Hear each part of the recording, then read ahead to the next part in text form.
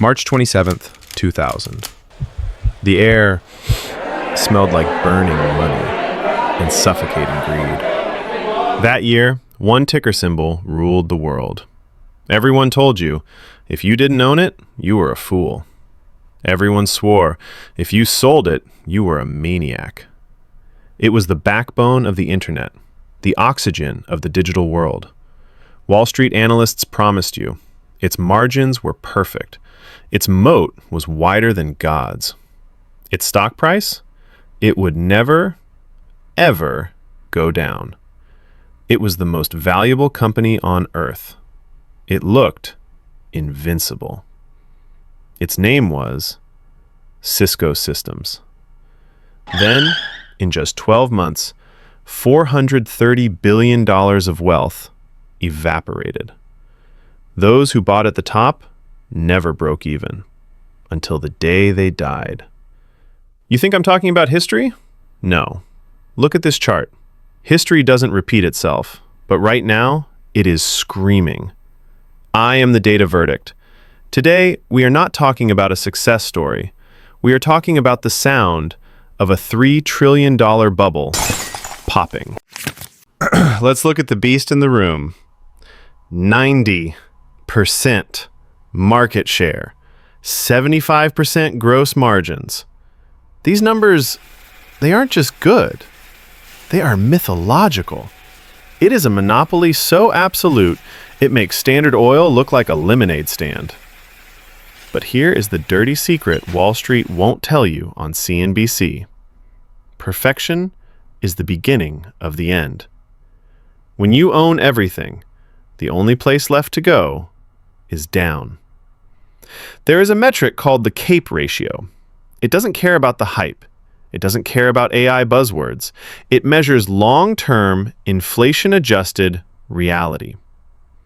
Historically, when valuation multiples reach these extreme levels, only two things happen. One, the world economy miraculously doubles overnight. Or two, the market crashes. And right now, Nvidia is priced not for growth, but for delusion.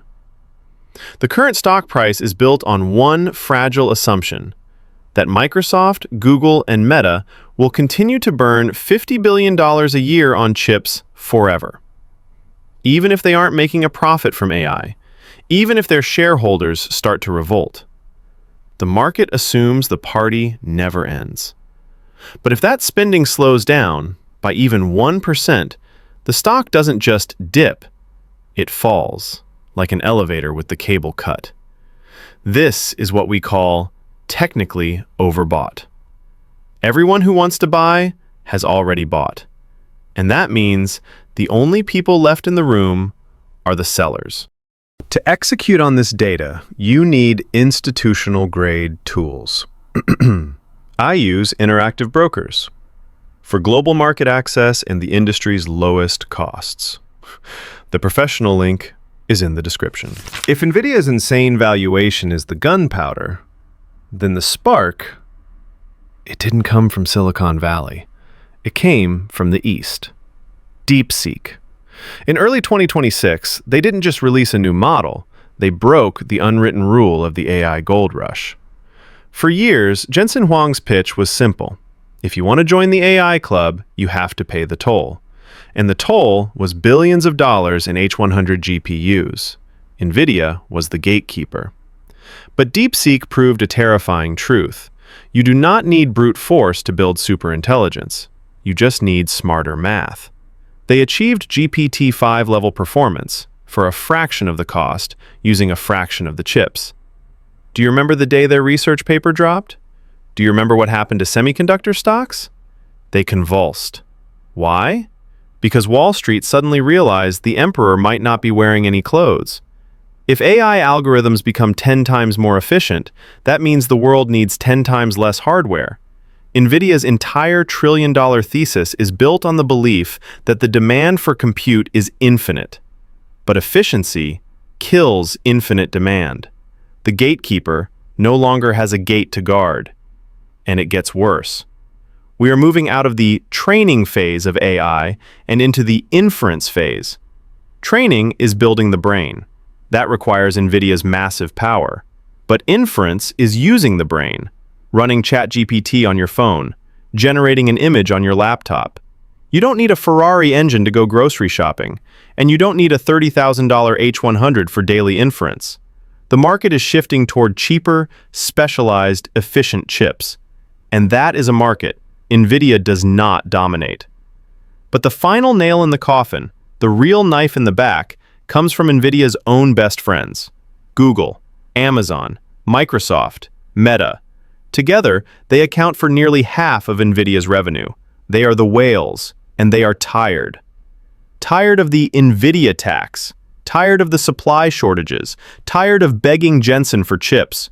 So, they are doing the one thing Nvidia fears most. They are declaring independence. This isn't a hobby for them. Google is pouring billions into its Axion processors. Amazon is scaling its Trainium and Inferentia chips. Microsoft is deploying Maya. Every single chip they build for themselves is one less order for Nvidia. They are systematically firing their supplier. Think about the math. When your biggest customers suddenly become your biggest competitors, what happens to your legendary 75% profit margins? They don't just dip, they collapse. And this is the kill shot for the stock price. A company with 75% margins trades at 50 times earnings. But a company with normal hardware margins, like 40%, trades at 20 times earnings. Do the math. That is not a market correction. That is a complete repricing event. The monopoly is over. The walls are closing in. Bubbles never pop when we're terrified. They pop when the cheering is loudest. In 2026, the narrative is perfect. They call it a supercycle. They say, this time is different. But on Wall Street, those are the four most expensive words in history. In 1929, it was a permanently high plateau. In 2000, the internet changed the laws of economics. Today, it's AI. But gravity is the only law that never changes. Look at the volume over the last 3 months. Price is grinding higher, but volume is drying up. This is a classic distribution pattern. Institutions aren't buying here. They are selling, quietly, into the strength. They are feeding their shares to you. We call this exit liquidity. Whales can't dump $1 billion of stock without crashing the price. They need a crowd. They need FOMO. They need you to provide the liquidity so they can escape out the back door. Buying Nvidia at these levels doesn't make you an investor. It makes you the exit strategy for Goldman Sachs. The clock is ticking. On one side, the hype and FOMO. On the other, the math, the competition, and the smart money fleeing. I am not a financial advisor, just a chart reader. But you have a choice to make before the open. Do you stay at the party while the house catches fire? Or do you take your chips off the table? Tell me in the comments, buy or sell? I am the data verdict. Good luck.